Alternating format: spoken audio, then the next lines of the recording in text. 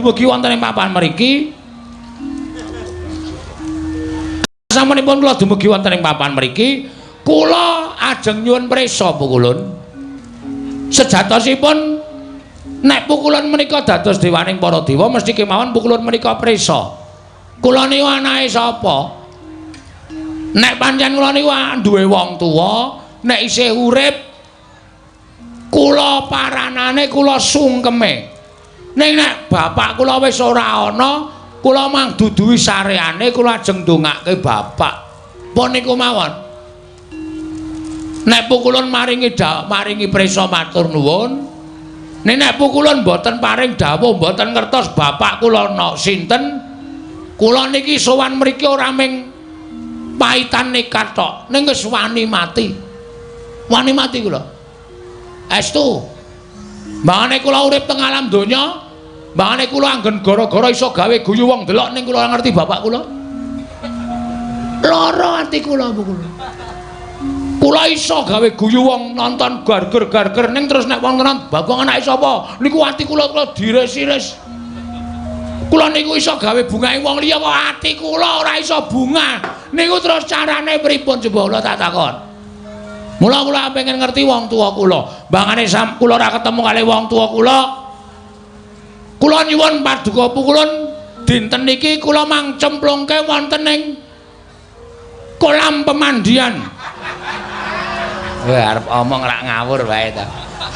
Cemplungke endi? Niku lho sing nggo nyiksa wong Kawah Candra Dimuka kolam pemandian Dengkul Mlocot kuwi ora. Kayangan kok ana kolam pemandian. Mang cemplungke wonten ing kawah. Napa pukulun? Candra Dimuka. Candra Lukita. Dimuka. Dimuka. Wis sinden kok. Candra Dimuka. Monggo dinten samenika kula aturi paring dawuh. Nek panjenengan mboten kersa paring dawuh mboten ngertos, kula njaluk mati pun niku mawon.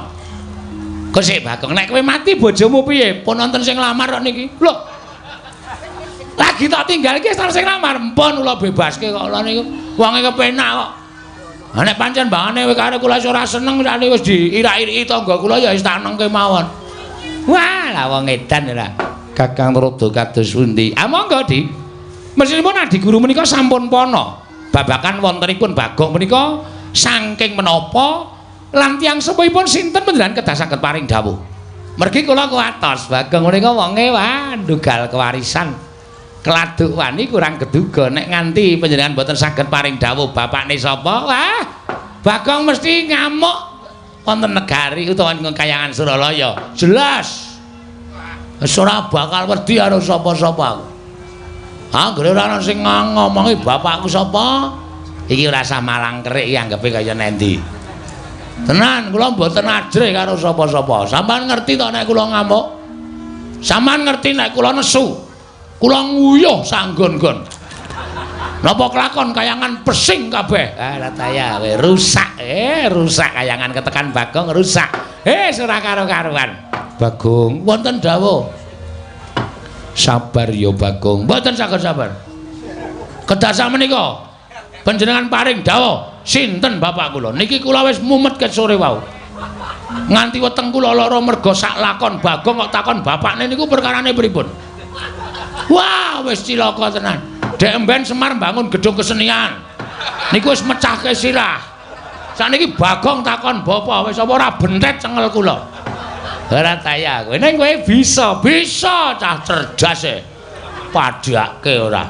Ha iso, mbok tekane iso, mbok ora sing penting iso. Walah nekat bocah iki, nekat wae. Pripun? Latri paring dawuh. Sinten bapak kula? Bagong. Yekti kita kuwi ora linairake lan ora ana ingkang ngandhut kelawan jeneng kita. Ora ana titah wanita ingkang ngandhut badan kita, lan ora ana wanudya ingkang ngandhut badan kita. Pas. Ora mungkin. Masa ana menungsa kok mlethek saka watu, jedul saka wit. Niku dudu menungsa. Niku demit. Niku setan. Lah Bagong niku menungsa. Niku mung wangsulane wong sing ora ngerti sapa bapak kula. Pun sampean saniki ngaku napa mboten? Bagong. Nun. Ulun niki sapa? Bathara Guru. Nek ora tau mulang. Ngerti ulun Bathara Guru. Nggih. ulun iki jejering sapa? Dewa. Wajibe titah kelawan dewa nyembah tata krama. Nek dewa ditakoni ra iso wangsulan, apa gunanya jadi dewa kok? Mboten wonten gunanipun. Ha percuma, kabeh niku sampeyan ngerti lelakone kok. Aja kok menungsa. Kutu-kutu. Kutu-kutu Walangataga. Kutu-kutu Walangataga. Sampeyan niku ngerti moba musike. Aku mung perkara Bagong kok ora iso ngandhake. Ngene, kowe tak kandhani. Ngopo iki cah cilik melu-melu? Wah. Cah cilik dengkul kita kuwi. Najan cilik ulun iki kami tuaning kayangan. Nggih.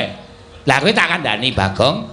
Sejatine kowe iki ora dumadi saka utawa ora linarake dening suwijining ibu. Terus war melu-melu jawabane iki kowe. Nah, melu-melu ditanono kowe. Plotroke kathokmu. Hei. Dewa karo diplotroke kathoke ora. Tak kandhani ya. Sejatine kita kuwi ora mlethek saka watu, ora jedul saka kayu watu. Ning kita kuwi dumadi saka sabda. Sabda piye maksude? Hah? Sabda piye maksude? Kira clemongan lho iki. Iki getihku wis tekan sirah iki. Munggah angel-angel nang kayangan, tak rewangi nganggo tampar tak unggahke kaya wong mendaki nganti babak bundas. Nek ming nang kene dikandhani Bagong, kowe iki ming dumadi saka sabda, ora jelas kowe. Kesikik ta? Iki cepet iki. Ndek gang tases-tases ngono. Dumadi saka sabda kuwi merga disabda dening sawijining dewa. Ha dewane sapa? Dewane sapa? Ayo ora ming waton omong kowe. Cah cilike melu-melu. Yaine ijik melek. Kono mulai sekolah sesuk. Wah, dengkulmu kuwi ora. Wah, Bagong ki anggere karo dewa kok sak penake dhewe ora. Piye maksude? Bagong, "Non, ganti iki meneh." Bola-balik.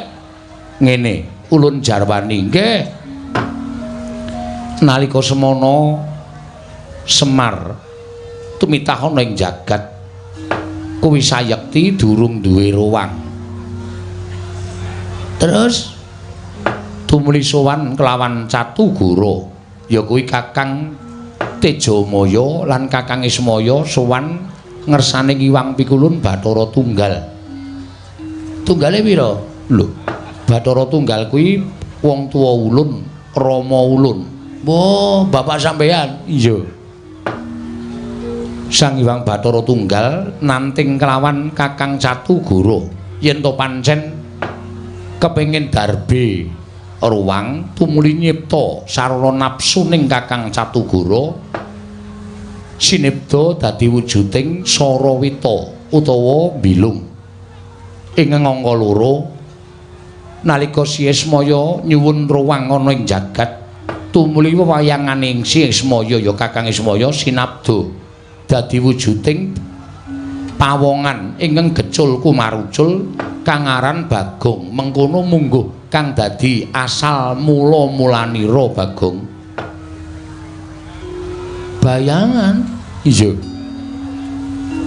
Kula niki iya sing nyipta Kanjeng Rama Pukulun Sang Hyang Bathara Tunggal. Bayangan. Ning Semar ki nang ndi-ndi sing ana bayangane? Nuwun sewu niki nuwun sewu wangsulan sing tenan apa ming gara? Kula kok kaya ora mantep to ming diwaringi kok kaya mustahil ngono lho. Ing atase bayangan kok di bim salabim dadi wong. Ya ora mungkin niku akale ora ketemu nalar niku mboten iso nek kaya ngoten niku. Wase saniki kula ming kepengin jenenge bapak kula. Titik. Nek sampeyan kersa ngaturake matur nuwun, nek mboten napa kudu sarana Bagong nesu teng kayangan ben kula dicemplungke teng Kawah Candra Dimuka. Ben kula dipateni teng Kawah Candra Dimuka. Ora ana gunane kula suwita Bapak Semar nek kula ora iso ngrungkepi padane wong tuwa kula. Ora ana gunane kula niku melu Semar nek kula ora iso ndongake wong tuwa kula. Ngoten mawon Bu Kulun. Pun niku kula nesu tenan iki. Niku aja tenang-tenang mawon to niki. Mugi andadosna ing kawuningan pukulan Bathara mangsa wang rai kula niku wis abang tenan. Niki tenan iki kula nek ora entuk jawaban tenan, kula nesu tenan. Nek perlu kayangan kula gawe sungsang bawana bali pukulun.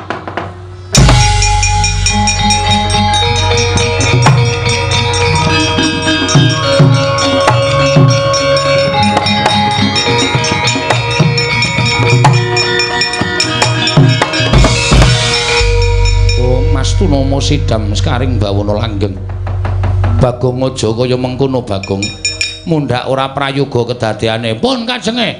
Lah witena sampean wis ora ditakoni ya mung sabda-sabda saka bayangan-bayangan apa? Bayangan kok min sabda dadi menungsa kaya ming ayawara ulun kok ulun.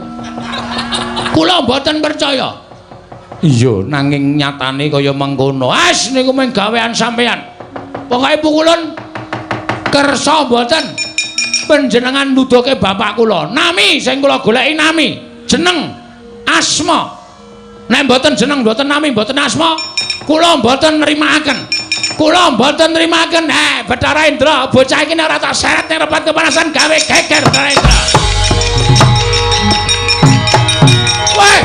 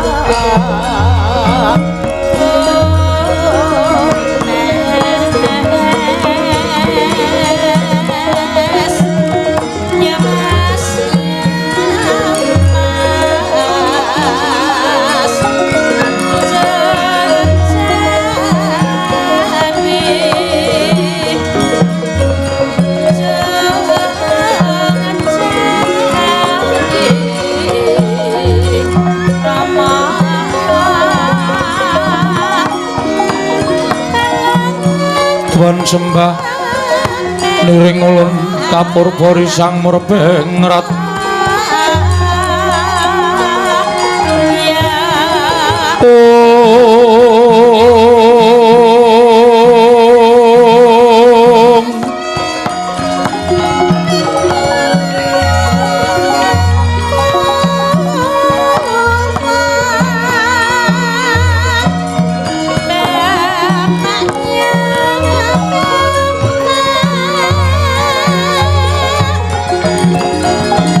ning sahanan ingkang meringkanang sing tasih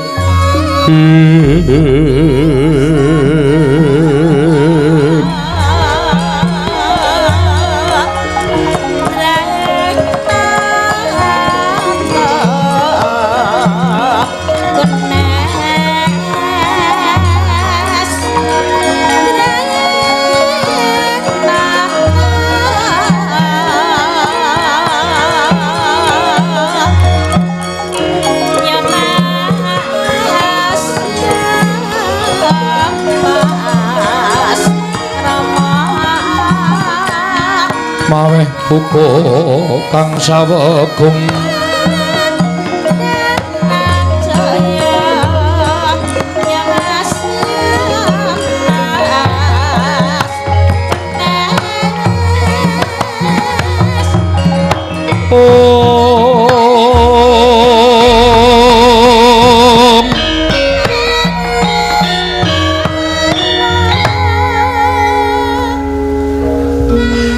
Bilahing Hong Bilahing awi kena mastu purnomo sidem awi kena mastu sirat perimbang jagat karono siran tondo kawisisaning bisono sono sinawung lang lupis demas tantun lambang budo jinantur tutur katelo tulo-tulat melap deng baratyo pinurisita kumpama praniskara karono gyudung yang jaman purwa Binardi tameng lalu tomang kata kapasanan hingga bito tanpun renggeng pralambang matumpo-tumpo marmo panggung sang muraweng koto sebebian dumadining wayang purwo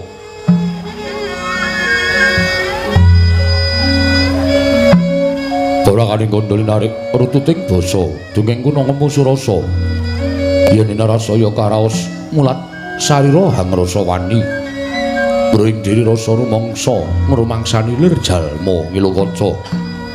Jarweh wis rinakop caing carita lo benjing wis gemelar. Jroning pagliran yekis jati namriksani pagliran ringgit purwa. Surya Candra Darmyang Kartika pinurba kodrating kawasa. Sariratri hangi dari bawana purwa tekeng dusina gilir gemanti. Teman dadi petanganing dina sasi warsi windu kang sarta abad. Tetukulan kangkar temangkar kaya siram bunir Jawa pating krembya. Dadya padhanging kutu-kutu walang atoga buron wana miyang Brantaya. Dadya brarantan pawicalan. Padhang trawangan sunare Sang Hyang Rawi ingkang ngarsa merbawani jagat. Mungguing jagat wetan nduk mungup-mungup. Mungging hangrane wukir abang merengangah lamun kaeksi yayahan dilato bumi. Saya dangu sumono Sang Hyang Arka. Katon sumebelak kenan kiring abange semujenar kaperbawan dari Sang Hyang Basanta. Tanentu katon ijo royo-royo hamangku gunung ingkang biru maya-maya. Pucuking gunung menan ndanu kasireng Prabancana lenggat lenggut. Tegese inggih mriku ingkang wenang nedahaken kiblating Panembah. Pramila sinebut Junggiri Kailasa. Tegesipun kayangan ingkang sinung cahya sumorot pindha sloka binabar baku jamur kataliwarna tegese sasana pangiketing Panembah inggih paugraning pangesti senadyan kathah kayiwangan ingkang gumelar Sulindra Bawana Argadahana Swarga Maruta Sela Mangumpeng Cakara Kembang Muntara Samudra Kaca Ngirang lan sapanunggalanipun nanging dadan kadi kayiwangan Suralaya sringgih mriku tetungguling sedaya kayiwangan bebasan menang murba dan menang pinurba menang masesa tan menang winasesa ana padhang dudu padhanging rina ana peteng dudu petenging wengi nadyan datan ambuga ora krasa lesu datan ngunjuk ora krasa salit Saben-saben namung kaperbawan kuku sing dupa menyang ratus garu rasa mala ing ngamrik mangambar-ambar gondo arum sumebar wae Prabowo rasa mulya turta sinemba sabawaning para brahmana Wasupitri ingkang samya ngrepekaken kidung puja mantra rayuning bawana pramila datana mokal lamun ing Kayiwangan Suralaya tan wonten raos sangsaya sinangsaya cedha cinedha wada winada anane mung sarwata tindrem suka raharja lah sinten to wau ingkang dadi gunaning Kayiwangan Suralaya mapan usana pilani dewi-dewi yen buta raseksa yen kethek pragusa pendhita peparap nalindra jejuluk lamun dewa wenang pewisik kinocam dasa namanira dasa 10 napa wis mestani pewisik Sang Hyang Bathara Guru ya Sang Hyang Jagatnata ya Sang Hyang Jagat Karana ya Sang Hyang Jagat Pratingkah ya Sang Hyang Catur Bojo ya Sang Hyang Nilakanta ya Sang Hyang Giripati ya Sang Hyang Pasopati ya Sang Hyang Pasoprabu ya Sang Hyang Hotipati ya Sang Hyang Purwa Carita ya Sang Purwakanda ya Sang Manikmaya pramila wisik Sang Hyang Guru ingkang mangku werdi dadi panutaning panembah titah pujangkara pramila wisik Sang Hyang Jagatnata Jagat Pratingkah ya Jagat Karana labet Sang Hyang Guru ngasta wewenang miwiti gumlaring pranatan jagat raya tuwin menang kamurba sisaning bawana pramila wisik Sang Hyang Catur Bojo labet sekawan astaning Sang Hyang Guru dene wisik Sang Hyang Nilakanta punika minangka penget bilih tenggaira Sang Hyang Guru sinung ciri belak pramila wisik Sang Hyang Giripati Pasopati Pasoprabu krana Sang Hyang Guru ngratoni para dewa-dewa Hapsara Hapsari Widodara Widodari pramila wisik Sang Hyang Purwacarita ya Purwakanda labet Sang Hyang Guru ingkang ngamurwani lelakon ing jagat raya Sang Hyang Guru ngasta saraning kadewatan mangreh para dewa Durandara Dewa Wataknawa tuwin para Hapsara Dedasar Adil para Marta Sama Beda Dana Denda lirik datan nambau kapine lampahing pengadilan nindakaken dana wesiasat werdine-dene sinten ingkang tuwing sesanggeman datan mangur ing panembah yakti Ginanjar ingkang sakmurwat lawan labetanira nanging nadyan garwa putra sanak kadang miyang Pitra Sutresna mongko weya ing dharma dasar luntur inggih kepanembah sigra pinatrapan pidendhan datan winggih karinga pramila sangsaya sumuyut para Jawata mring Sang Hyang Manikmaya inggih awit saking luhuring wibawa mata lamun kacaritan luhuring Sang Hyang Jagatnata tuwin piyaring Prabawa para Jawata kaya saratritanana pedhote pinunggal kang kawicarita anyar mangsa palguna Sang Hyang Guru kepareng Yasiniwaka wonten madyaning bale araras lenggah madaning dampar Silakanda waru binangun hasesemek babut permadani awarni jingga pinrada sesulaman benang kencana cecawisan cakrik puspita sinebaran sari-sari ginanda witulis sajebat kasturi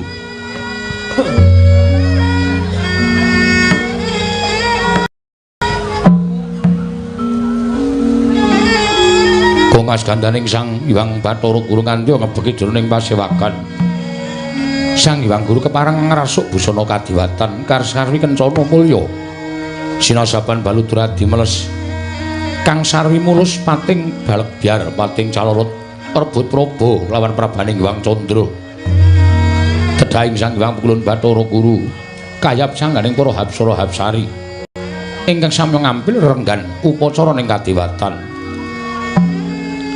sinten ingkang pareng jaget lan lenggahing Sang Hyang Bathara Guru menika warnane Jawata ing sithik pangudal-udal Sang Hyang Narada ya Sang Hyang Naroda Dadi ya Sang Hyang Kanika Putra menggeraken atmajaning Sang Hyang Guru ingkang angka catur nenggih Sang Hyang Bathara Indra ya Sang Surapati datan kantun nenggih pasebaning Sang Hyang Yanabrati ingkang mjawiander mlabar sangganing para Jawata para dene tidhem jinem madyaning bali marpi kundha manik tan samyanya bawa anengga sabdaning Sang Hyang Pikulun Manikmaya nalika semanten anyaring swara guntur gumalegar wonten ing antariksa kacena beli Sang Hyang Jagatnata arsa medhar pangandikan dadya kumangruh jiling pangandika Sang Hyang Jatimurti ingkang dereng kababaring lisan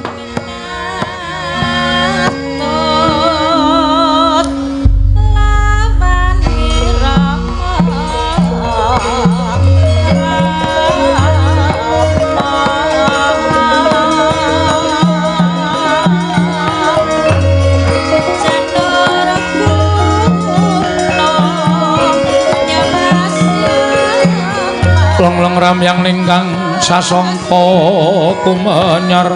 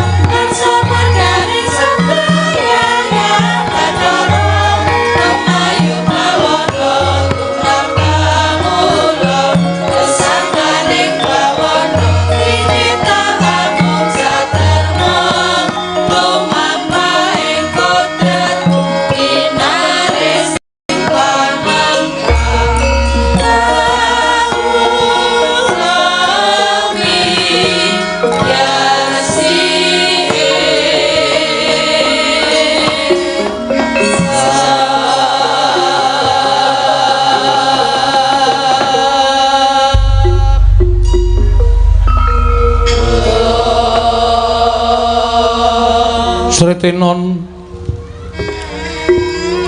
ning pasewakan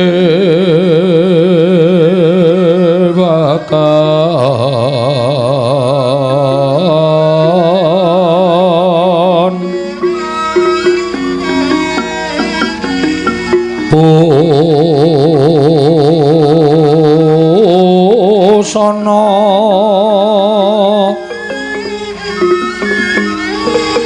maneka warna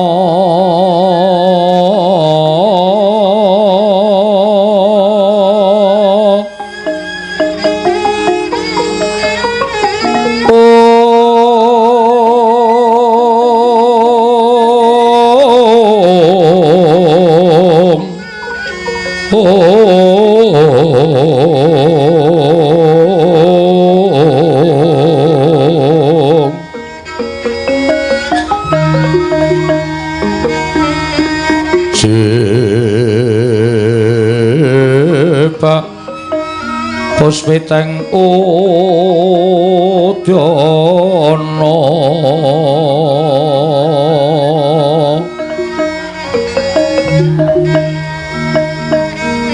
Myang Panjra Sarwa Rukma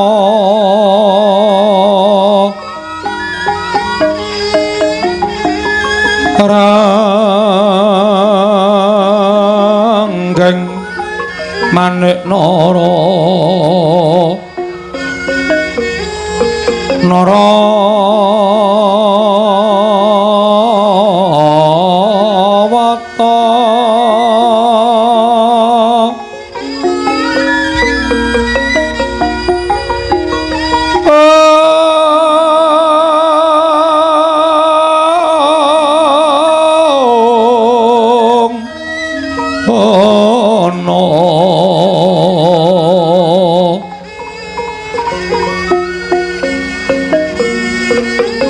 Prabanya kang sumerat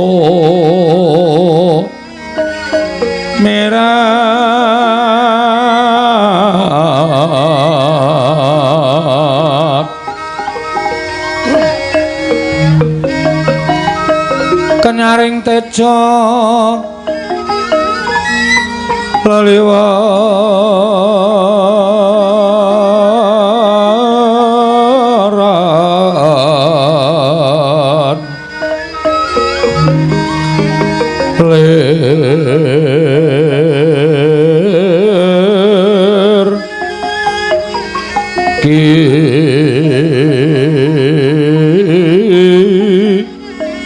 sisiring dadit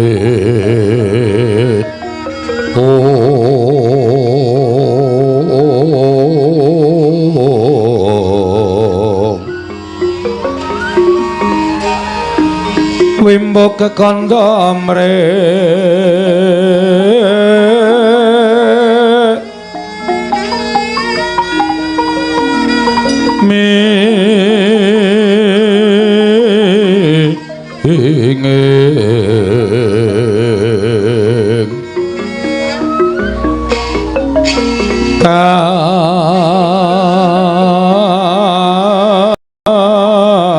tiuping maruta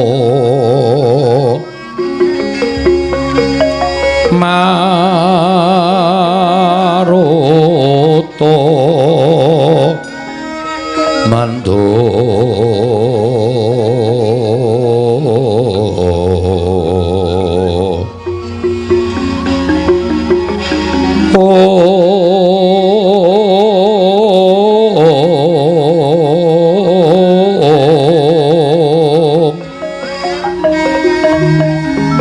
saparan mangambar pongas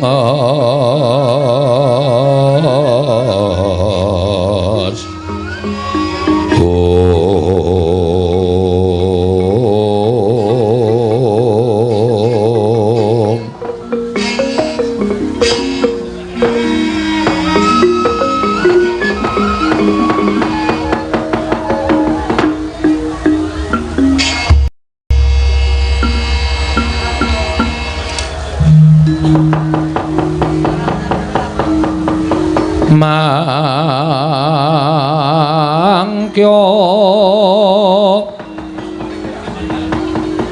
darajating praja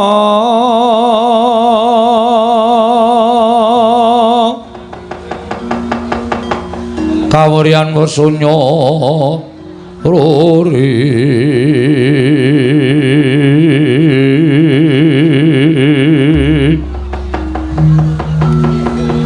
ora mangrehing ukara karana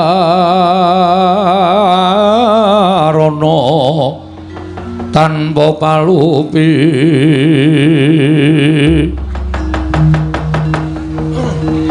hati lar silastuti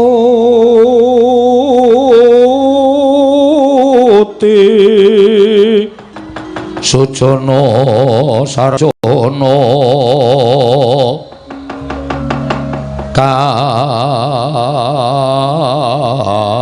kalulun kala tidha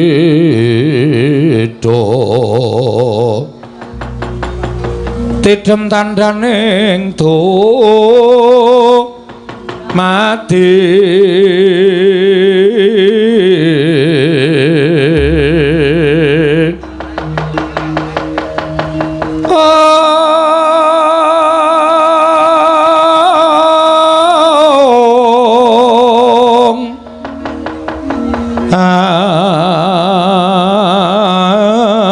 andayeng rat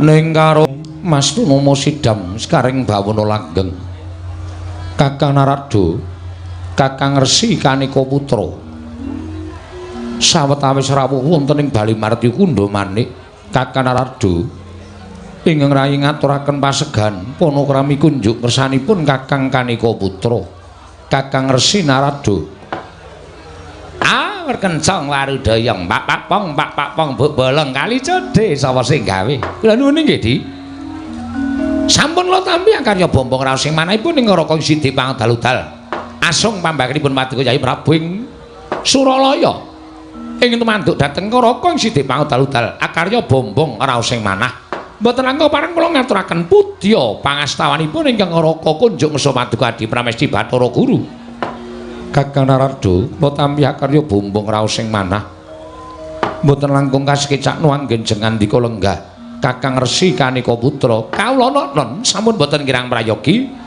bisawanipun ingkang Raka pun Bathara Narada wonten ing Bali Marti Kunda menika Di apa dene sirat majaning ngulun Bathara Indra prayogatna nggih ngadhep ngarsaning pun Rama nggih dan sapinangganing kawidadan niring sambi kula sawanipun ingkang putra pun Bathara Indra Pukulun kepareng kula ngaturaken sembah sumangga ping pangabektinipun ingkang putra kunjuk sandha pepodo Paduka Kanjeng Pukulun sembahan kula Indra Ulun Tampa akarya bombong tiasulun ora liwat pangestu lun tampanana lho pun dinggo jimat paripih dayana ing kasantosan paring pangestu Paduka Pukulun amawahana kabagyaning gesang kula Pukulun prayogakna nggih ngadhep ngarsa ulun sampun boten kirang prayogi wisawanipun ingkang putra pun Bathara Indra apa dene sira Yama Dipati prayogakna nggih ngadhep ngarsan ulun nggih Yama Dipati ulun nun Pukulun sampun boten kirang prayogi wisawanipun ingkang putra pun Yama Dipati namung kepareng kula ngaturaken sembah sumangga ping pangabektinipun ingkang putra kunjuk sandhep Pada Paduka Rama Pukulun iya Yama Dipati Ulun Tampa akarya bombong tias ulun ora liwat pangestu ulun tumrap marang jeneng para kulup Yama Dipati kula bendingga jimat paripih dayanana ing kasantosan tatanen sangganing para wadyabala kang padha gantung sibo lan sangganing para jawata widodara widodari aja nganti ing padha saur manuk jeneng uluna diambabarake wigatining pepanggihan jroning kayiwangan ngestu padha dawuh Paduka Hyang Adi Pukulun ingkang putra namung netepi dhateng kewajiban Pukulun iya Yama Dipati kaya mengkono ingkang dadi atur kita ndadekake marem penggaling ulun prayogakna nggih ngadhep Yama Dipati sampun boten kirang prayogi bisawanipun ingkang putra Punyama Dipati Rawadi Pukulun wangsul dhateng ngersanipun Kakang Narada Kakang Resi Kanika Putra mesti kemawon kejut raos ing manahipun Kakang Narada dene dinten sakmangke kula nimbali dhateng sowanipun Kakang Resi Kanika Putra wonten ing Bali Martyukunda Kakang Resi Narada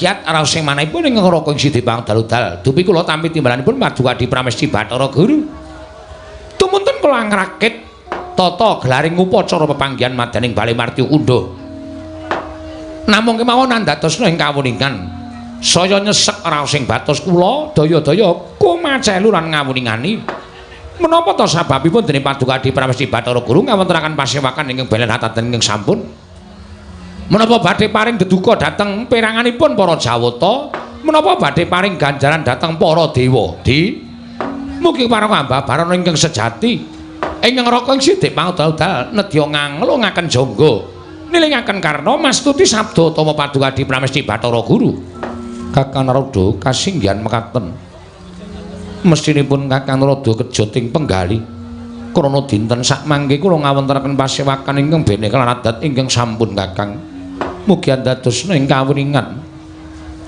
estunipun namung kapraposo dhateng hawa benter ingkang sumundul wonten ing Kayiwangan andadosaken gara-gara ning Kayiwangan geger sangganing para widodara widodari para Jawata para dewa para dewi sami pados margining ingkang tentrem krana panas ingkang sampun nerak dhateng Kayiwangan Suralaya Kakang menggah pemanggipun Kakang hawa ingkang panas mekaten menika kala wau krana dipun sababaken saking menapa keparenga Kakang Narada paring dawuh adalah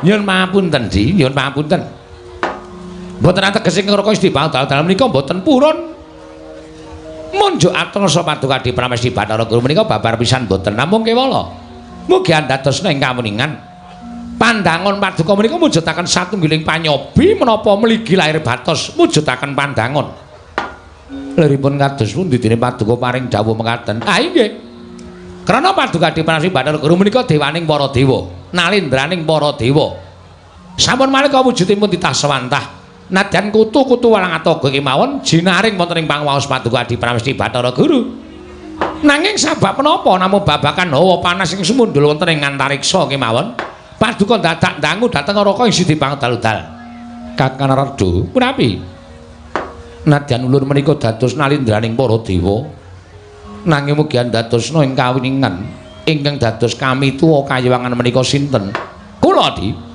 mila kula mboten wantun nglungkuli dhateng pangaosimipun kami tuwaning Kayiwangan ing angka kalih mboten wonten jamak limrahipun ing atasipun kula menika jejering ingkang damel cangkriman teka kula piyambak ingkang batang cangkrimanipun kula ingkang damel cangkriman Kakang Narada kedah batang cangkriman samangke nedya kula cocokaken kaliyan pemanggipun ingkang rayi pun Manikmaya Kakang mekaten Di inggih menawi telah mekaten radi majeng anggen kula ngabiyantara supados sampun ngantos duna dungkap panampinipun Adi Pramesti Bathara Guru kasinggihan mekaten Kakang Narada kula sumanggaaken Purbawasisa wonten asta paduka Kakang Resi Kanika Putra inggih matur sembah nuwun Di handrah ingkang Busitorum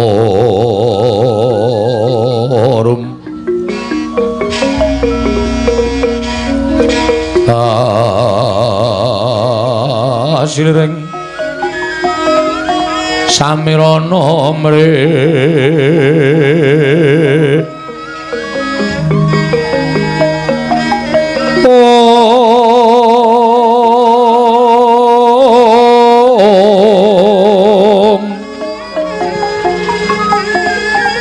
sekar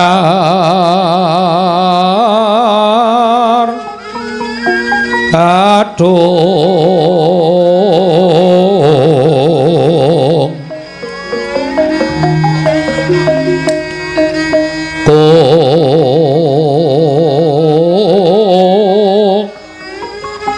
ngas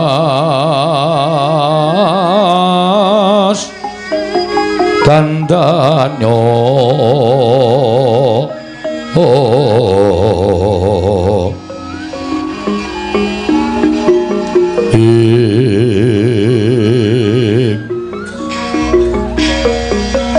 maweh raras renaning driya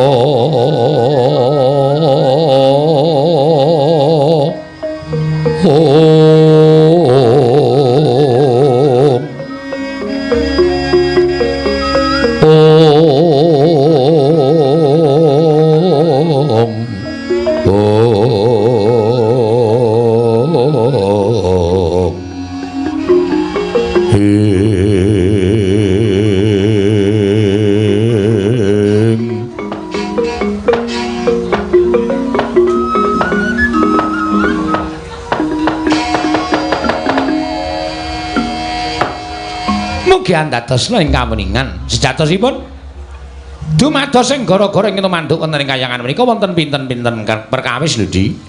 Adi guru kedah emut inggih Kakang Narada ingkang sepisan gara-gara ing mantuk wonten ing kayangan menika saged adamel panas hawa benter ingkang tumanduk wonten ing Suralaya sepisan menawi wonten lemah sangar kayu aeng menika ugi andadosaken gara-gara ning kayuwangan mila pendak-pendak wonten lemah sangar kayu aeng tumuntun paduka Padi Guru dawuh dhateng para Jawata supados ambedol kayu menika kala wau minangka dados umpak ing sela Kandhawaru binangun.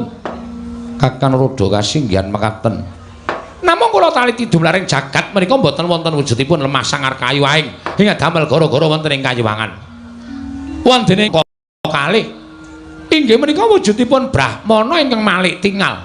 Menika ugi boten wonten angka 3 satriya ingkang lereh keprabon mongko tumuli ambrah emutan. Menika contonipun menawi wonten satriya ingkang lereh kasatriyanipun tumuli ambrah mana menika saged dadosaken kagegering kayuwangan Suralaya. Dene angka 3 titah ingkang kepengin kembali dhateng pangawaosipun para Jawata. Titah ingkang kepengin kembali dhateng pangawaosipun Jawata Kakang inggih. Dadi pratandha bilih paduka Adi Pramusti Bathara Guru tartemtu saged mangertosi menapa ingkang dados gara-gara wonten ing kayuwangan. Kakang Narada kasinggihan mekaten. Ingkang salajengipun sinten Kakang? Menawi wonten satunggiling Brahmana tapa ingkang piyambakipun kepengin sanget gesang sak tataning para dewa. Menika ugi andadosaken gara-gara wonten ing kayuwangan. Kakang Narada kasinggihan mekaten. Inggih. Wangsul tuwin pinten-pinten lampaning kesampun laturaken menika kala wau. Nyuwun pangapunten lho Di. Menawi boten wonten setunggal kemawon ingkang kelampah wonten ing Madyapada mila manahipun ing Rasi Pangdal menika ugi gumun. Lho ing atase jagat menika boten wonten menapa-menapa lah kok kayangan timbul gara-gara ingkang sumukipun ngantos damel geger sangyaning para Jawata. Menika daya menapa lan dipun timbulaken saking menapa dumugi sakmriki ingkang Raka dereng saged andhadhaki miwah ngertosi dhateng dumadosi lelampahan menika kala wau. Inggih Kakang. Kasinggihan mekaten. Lah, menggah pemanggipun Adi Pramesti kados pundi? Nyun pangapunten. Nadyan kula piyambak ugi boten mangertosi, Kakang. Sampun kula tiling-tilingaken paningal. Nalika semanten angupaya tuwin angulari wonten pundi papan pernaing lelampahan jagat ingkang satemah karya gara-gara ewadene boten kelampah tuwin boten saged minanggihaken. Mula ing saking menika tumuli kula ngawontenaken pasewakan pepanggihaning para Jawata ingkang wigati namung kepengin sanget Kakang Rada menika paring cecala obor penggalipun ingkang rayipun Manikmaya. Anggenipun kula mboten saged manggihaken gara-gara menika kala wau Kakang Rada. Lah menapa iki Di? Menawi tela mekaten kedah para Jawata tridasa watakna sedaya dewaning para dewa kedah mandhap wonten ing Janaloka angupayi ngupaya wonten pundi dunungipun ingkang dados tuk sumbering gara-gara menika kala wau Kakang Rada. Sikra-sikra yen permana kanca Raden Nawang Sesa bingung tah ingkang minggah wonten ing Suralaya. Hakarya cingkak kang samya mulat mangrombaing sangganing para Jawata ingkang samya gantung sepo kancana dayana titamungganing kayangan wenehi dalan wenehi dalan.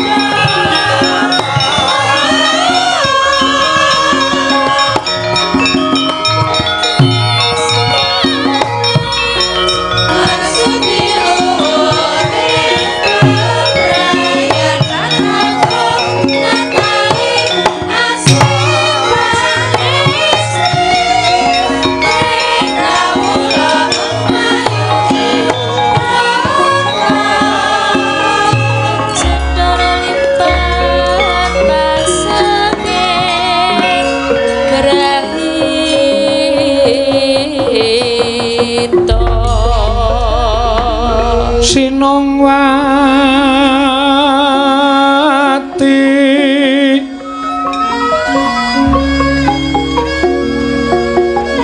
Sinongwati jagat kinari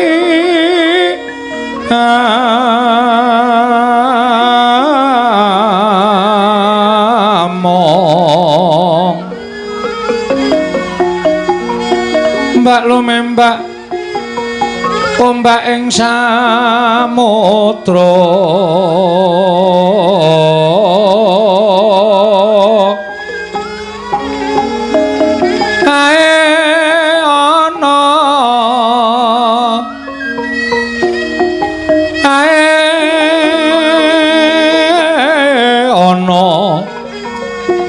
bali lumut ambreganggeng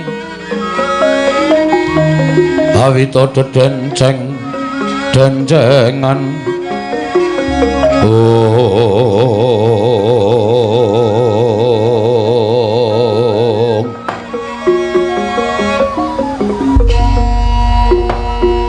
Kakang Narada Kakang Resi Kanika Putra sakmenika sampun kecepeng sinten ingkang dados gara-garaning kayiwangan pramila mboten aneh menawi mboten saged dipun tingali Kakang Narada menika wonten titah ingkang abiyantara nanging sireng kula waspadakaken jebul menika titah pujangkara wujudipun kawula alit menawi mboten klentu menika atmajanipun Kakang Ismaya inggih menika pun Panakawan Bagong.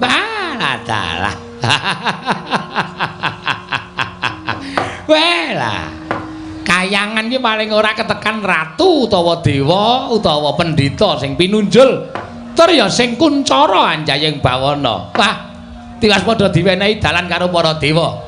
Tak kira nek ana sowaning Nalendragung Binathara ingkang nedya sowan ngersane Ngadi Pramesti Bathara Guru lah kok iki wah ora pangling iki Bagong ta iki. Lha kok dadi sowaning kayangan kok ngerti dalane iki piye iki? Kakang Narada punawi nadyan dipun menapakaken menika titah kula. Ha inggih. Kayangan menika mboten pilih-pilih sinten kemawon ingkang badhe sowan nartemtu ulun keparengaken. Inggih. Tumrih katimbalana menapa wigatosipun Bagong sowan menika? Kakang Narada lenggah ingkang langkung prayogi. Inggih ngestaken dawuh. Panakawan Bagong padha raja sak prapta kita Panakawan sowan ana ing kayiwangan Suralaya Panakawan Bagong nonamit pasang Kalimantabe tinebena ing iladune dumawahing tawang towang menapa sampeyan ingkang nami Pukulun Bathara Guru? Iya Bagong kok cilik Bagong aja sembrono nggih kemarang kula ngaturaken sembah sumungkeming pangabekti kula konja Pukulun. Iya Bagong ulun tampa pangestu ulun tampanana kaya ngene iki to Bathara Guru ki wujude malak piye kancane tangane loro kok dheke papat dhewe nek adus mesti suwe banget kuwi le ngosoki kelek papat dhewe. Iya Bagong nggih Pukulun karo sapa kita piyambakan ngerti dalan ingkang anjaka ning kayiwangan nggih nadyan keblusuk-blusuk ning kula tanglet-tanglet mergi wonten dalan mergi ingkang anjak wonten ing kayangan jebul munggah gunung dhuwur banget nganti krekel-krekel niki kula gobyos kabeh mula nyuwun ngapunten nggih kula nek kula mboten ngagem klambi ora apa-apa Bagong nune nggih matur sembah nuwun kencang warudaya Pak Pong Bu bolong kali codhe sapa sing gawe Bagong padha raja saprapta kita niki sinten iki Ulun Bathara Antrada. Oh nggih kula mun tau ngerti Pukulun Bathara Antrada wilujeng bekti kula kunjung nggih Pukulun ya ulun tampa pangestu ulun tampanana ya Bagong kula pundi nggo jimat paripe dayanana ing kasantosan. Iya Bagong nggih Bagong padha raja saprapta kita niki sinten iki Ulun Bathara Indra. Oh nggih kancane Dana Kasina dudu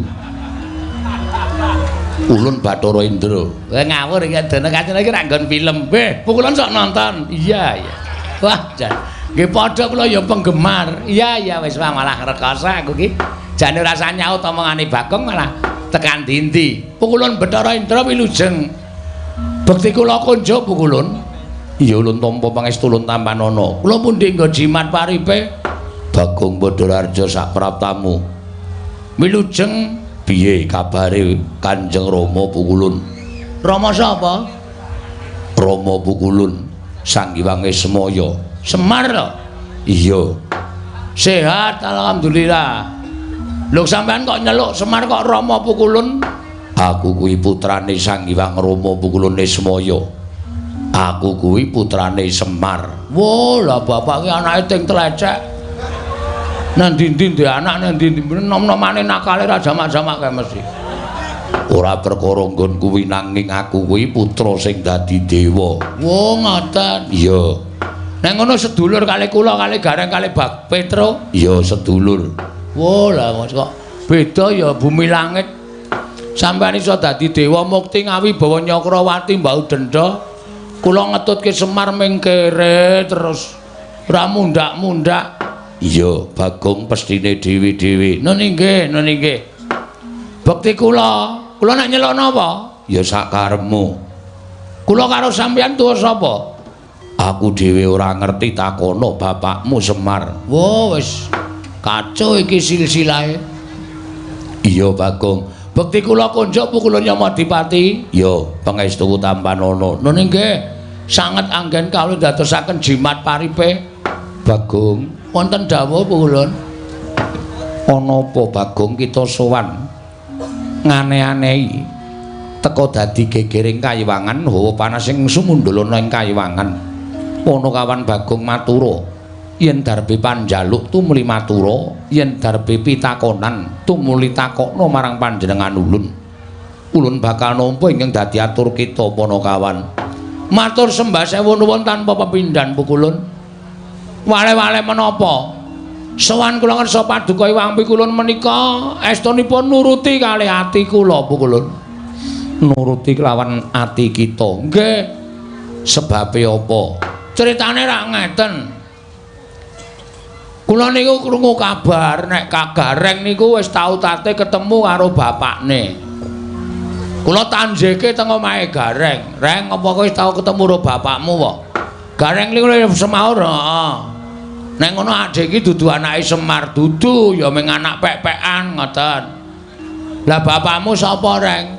Bapakku ki padha karo bapakne Petro, tunggal bapak. Terus kula mara tenggene Petro. Truk, ngoten niku. Apa bapakmu karo bapakne Gareng ki padha apa? Padha. Nek ngono kowe karo aku barang ki padha tunggal bapak, ora. Kowe ki beda dhewe. Ngoten niku. Lah terus bapakku sapa, Truk? Bapakmu ya Semar kae. Mongko ati kula niku jane ora pas. Nek kula ngrasake anak Semar niku mboten. Wong Petro karo Gareng kowe bapakne beda kok. Ngoten. Nggih bener nek Semar niku ya anak-anak. Ning anake Semar niku do dadi dewa. Mula sing dijak medhun ning jagat niku mung anak-anake Kuwalon. Sing dijak sengsara niku mung anak-anake Kuwalon. Terus kula takon kalih Gareng, "Lah anakku, bapakku sapa, Reng?" "Ya mbah, ngoten niku. Kelara-lara kula 7 dina 7 bengi ora doyan mangan. Meneng mawon kula teng omah mikir nganti rambut kula sing ngarep rontok niki. Niki merga kula mikir wong tuwa kula niku jane sapa? Ora mungkin nek kula niku urip kok mlethek saka watu. Niku mboten bakal kelakon. Tumuli kula rembugan kalih bojo kula. Bojo kita nggih. Yem Tariem. Bojo kita jenenge Tariem. Nggih. Malah durung ulun catet. Yen to ulun kagungan titah alan Dewi Tariem. Mboten Dewi. Niku mboten anake ratu, niku anake tani kok. Iya Bagong, nggih. Lek kula ketemu teng Gubuk Asmara. Iya Bagong, nggih. Ayo. Pripun meneh sing jeneng jodoh? Lah iya, lah nggih. Piye aku kok ngene iki, aku kok kaya rumangsaku kok kaya urip kok ora ndek wong tuwa ta, Yem. Angge sampean pripun carane Pak goleki bapak? Bapak sampean niku sapa? Bapak kuwi jarene ya Semar kuwi. Bojo kula wae ora yakin kok. Nek kula niku anake Semar, rupa ya beda, kesenengan ya beda, hobi ya beda. Semar niku hobine wedangan, kalih pacitan. Kula hobine nyopet. Lah beda to? Pun beda. Dadi mesti enten darah sing mengalir teng kula nek pancen kula niku anake Semar. Ha terus kula rembugan kalih bojo kula ngene wae yem. Nek aku ora iso nyembah wong tuaku, aku ki isin, aku ki wirang. Mula tak nek aku goleki bapak piye? Ah monggo Kamas. Kamas pangeran ajeng kersa tindak. Pangeran sapa? Pangeran anu bojo kula nek ngundang kula pangeran. Oh. Mboten napa-napa kan wis aku gelem ngepek kowe yemne nek kowe nek nyeluk aku pangeran ngoten nek nang omah. Sepriki niki nek ajeng tindak goleki bapak nggih monggo. Ning kowe tak tinggal suwe lho ya mboten masalah ngoten. Mengko nek kowe kangen piye ora? Bojo kula niku Semar ra nggih tesih kathah tangga teparo tok Mas. Panjen bojo kula niku tilas wong nakal. Oh iya. Ning kula slametke saking lubang napa jenenge kenakalan, kula entaske. Dadi saniki dadi wong apik ya mung iso gala-gala kumat. Iya iya. Ora apa-apa. Anak kula sing cilik dhewe niku ora mboten padha kali kula to? Iya, iya. Sik Basir, iya, iya. Niku raine mboten padha kali kula, nek mboten apa-apa tak openi jeneng kula niku seneng anu kok nglumpukke pahala. Iya, iya, Bagong. Sak banjure piye? Ah, terus kula takon. Aku lek arep takon endi ya saya coba bayangno. Semar tak takoni mesti lara ati wong Semar ki bapakku angkat. Upama tak takoni Mar bapak kuwi asine sapa? Mesti weh, blegegek ugeng niku metu terus mesti. Ugek-ugeke niku wis ora bakal leren. Iya. Mula terus aku arep takon Semar ya. Apa aku tak takon Ndara-ndara Pandhawa? Ampun, wong sampeyan niku umure karo Pandhawa niku tuwa sampeyan. Mboten bakal ngerti. Tak takon Sinuwun Ndarawati apa? Ampun. Nika ya tuwa sampeyan karo Nata Ndarawati. Lah aku terus arep takon endi? Mang minggah teng Kayangan Surabaya. Suralaya, Suralaya. Dalane ngendi yem? Nek ngendikaning Kyai Sepuh kudu munggah Gunung Himalaya. Kula lakoni mongko dhuwure minta ampun. Pucuke nganti ketutupan mega niku rak saking dhuwure. Kula nggawa tampar. Mendaki kula niki wau. Iya Bagong, nggih.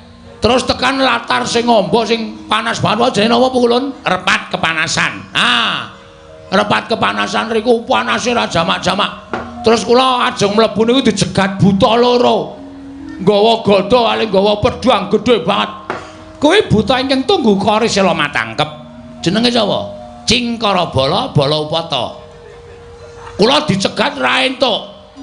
Kula nekat tak tantang gelut. Lho, Cingkara Bala Upata tak tantang perang. Nggih, salahe kula ra entuk mlebu kok. Lho terus piye iki? Buta loro pun mati kabeh teng mriku. Lho. Mati, mati nang urip meneh. Ampun kuwatir to, sampeyan rasa kaget. Kali omongane Bagong niku ampun mang cekeli tenanan. Mula kula omong niku akeh ngapusi mbangane benere. Wah, setan tenan lah. Iki wis deg-degan e. Wis arep utusan Yamadipati kak nitik Cingkara Bala Upata. Kula mlebu bleng. Terus wonten Kayangan, kula leboni bleng wonten jebule sing lenggah teng mriku dewane ngangin. Bathara Bayu. Kula sowan pukulun Bathara Guru mrika dudu. Ulun Bathara Bayu. Oh, Bathara Bayu niku napa? Dewane ngangin. Oh, berarti sing gawe entut barang niku Bathara Bayu. Wah, jan Bagong iki. Didudui mriki niki, kok andher para dewa akeh banget. Terus kula nyuwun dalan, nyuwun ngapunten, munggah tekan mriki niki. Nah, pukulun sasampunipun kula sampun dumugi wonten ing papan mriki. Sasampunipun kula dumugi wonten ing papan mriki, kula ajeng nyuwun prisa pukulun. Sejatosipun nek pukulun menika dados dewaning para dewa mesti kemawon pukulun menika prisa. Kula niku anake sapa? Nek pancen kula niku duwe wong tuwa, nek isih urip kula paranane kula sungkeme. Ning nek bapak kula wis ora ana, kula mang duduhi sareane kula ajeng ndongake bapak. Pun niku mawon. Nek pukulun maringi prisa matur nuwun. Nek pukulun mboten paring dawuh mboten ngertos bapak kula sinten, kula niki sowan mriki ora ming paitan nekat tok, ning wis wani mati. Wani mati kula. Estu. Mangane kula urip teng alam donya, mangane kula anggen gara-gara iso gawe guyu wong delok ning kula ngerti bapak kula. Lara ati kula Bu kula. Kula iso gawe guyu wong nonton garger-garger ning terus nek wong tenan Bagong anake sapa? Niku ati kula diris-iris. Kula niku iso gawe bungahe wong liya kok ati kula ora iso bunga. Niku terus carane pripun coba kula tak takon. Mula kula pengen ngerti wong tuwa kula. Bangane kula ora ketemu kali wong tuwa kula. Kula nyuwun paduka pukulun dinten niki kula mang cemplungke wonten ing kolam pemandian. Wah arep omong rak ngawur wae ta. Cemplungke endi? Niku lho sing nggo nyiksa wong Kawah Candra Dimuka kolam pemandian Dengkul Mlocot kira. Kayangan kok ana kolam pemandian.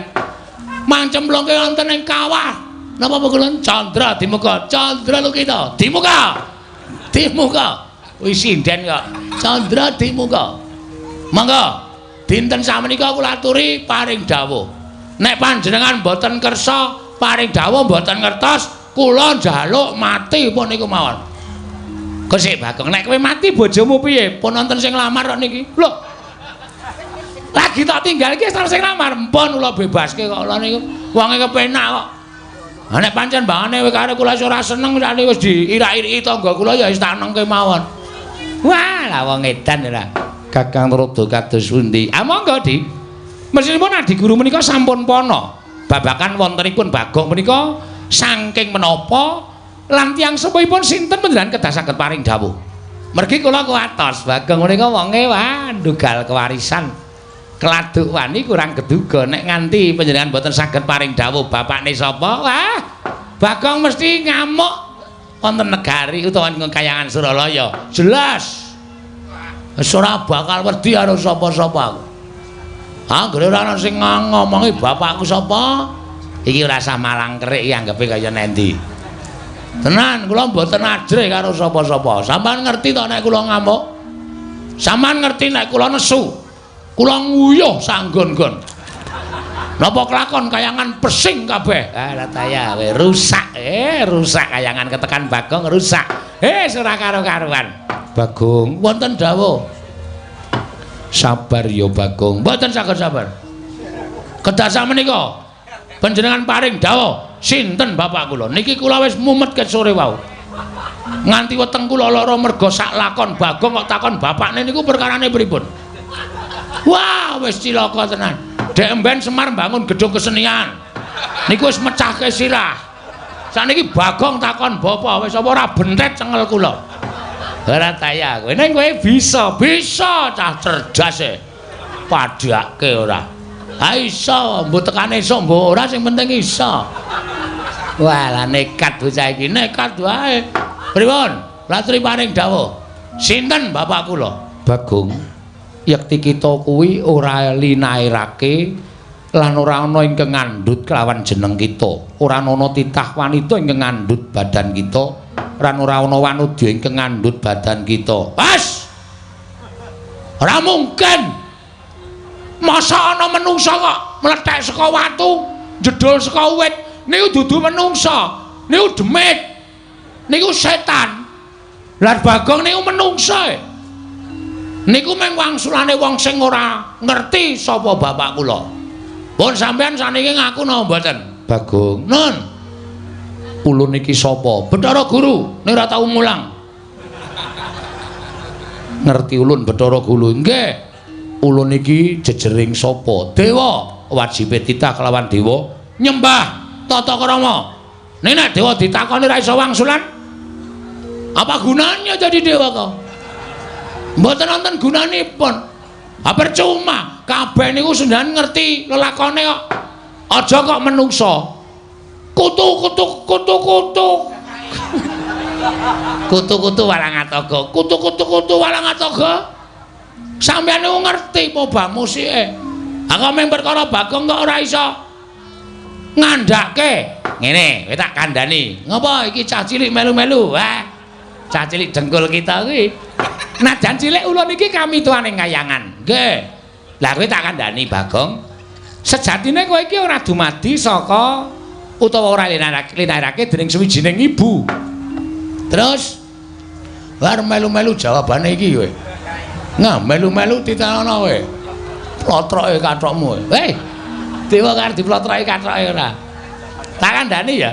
Sejatine kita kuwi ora mlethek saka watu, ora jedul saka kayu watu. Ning kita kuwi dumadi saka sabda. Sabda piye maksude? Hah? Sabda piye maksude? Kira clemongan lho iki. Iki getihku wis tekan sirah iki. Munggah angel-angel nang kayangan, tak rewangi nganggo tampar tak unggahke kaya wong mendaki nganti babak bundas nek ming nang kene dikandhani Bagong, kowe iki ming dumadi saka sabda, ora jelas kowe. Kesikik ta? Iki cepet iki.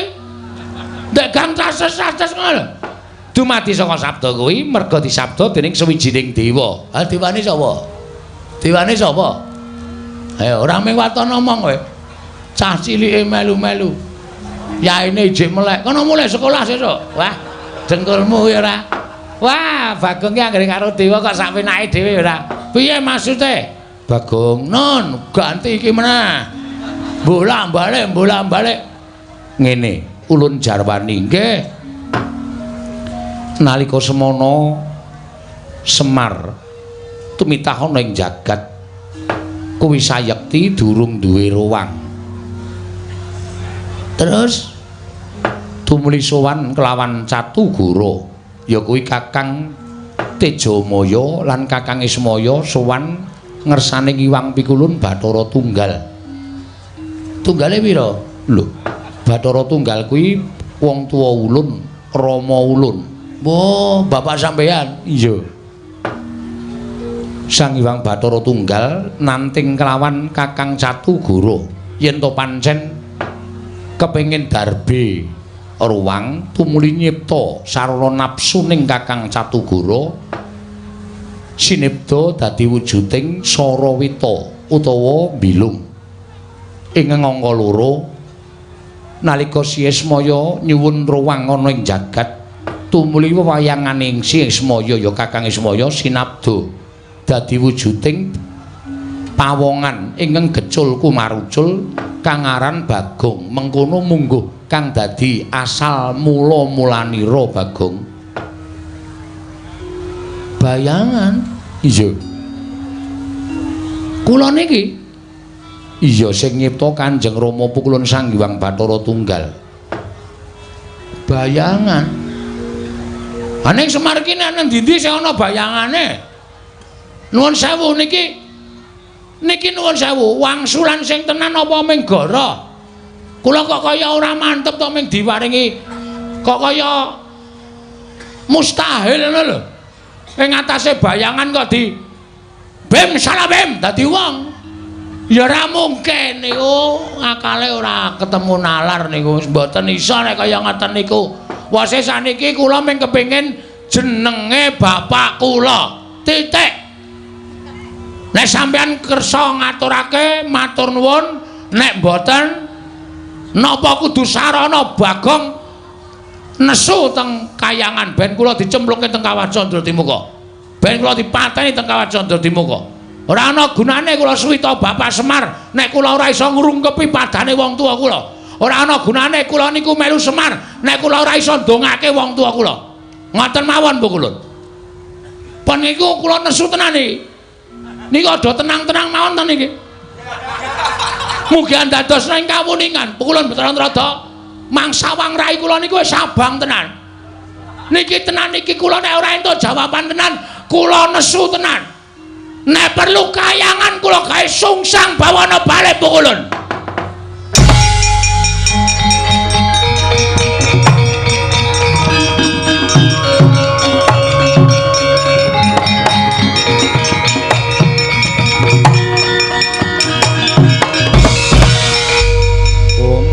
Rama sidam sekaring bawana langgeng.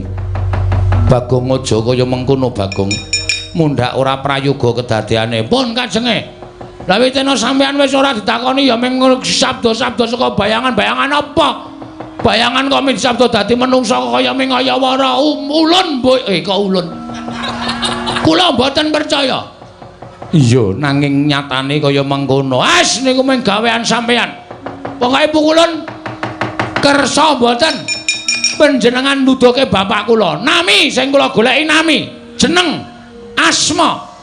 Nek mboten jeneng, mboten nami, mboten asma, kula mboten nrimakaken. Kula mboten nrimakaken. Bathara Indra, bocah iki nek ora tak seret ning repat kepanasan gawe geger Bathara Indra. Weh.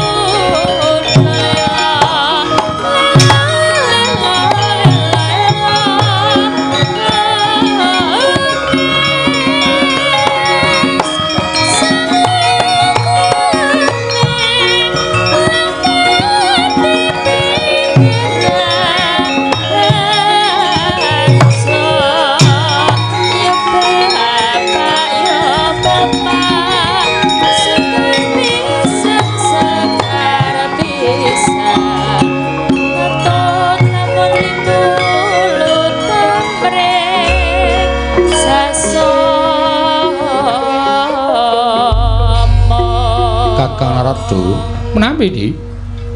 Kados pundi kawontenan sakmenika sampun pinanggih ingkang dados tuk sumbering perkawis. Inggih.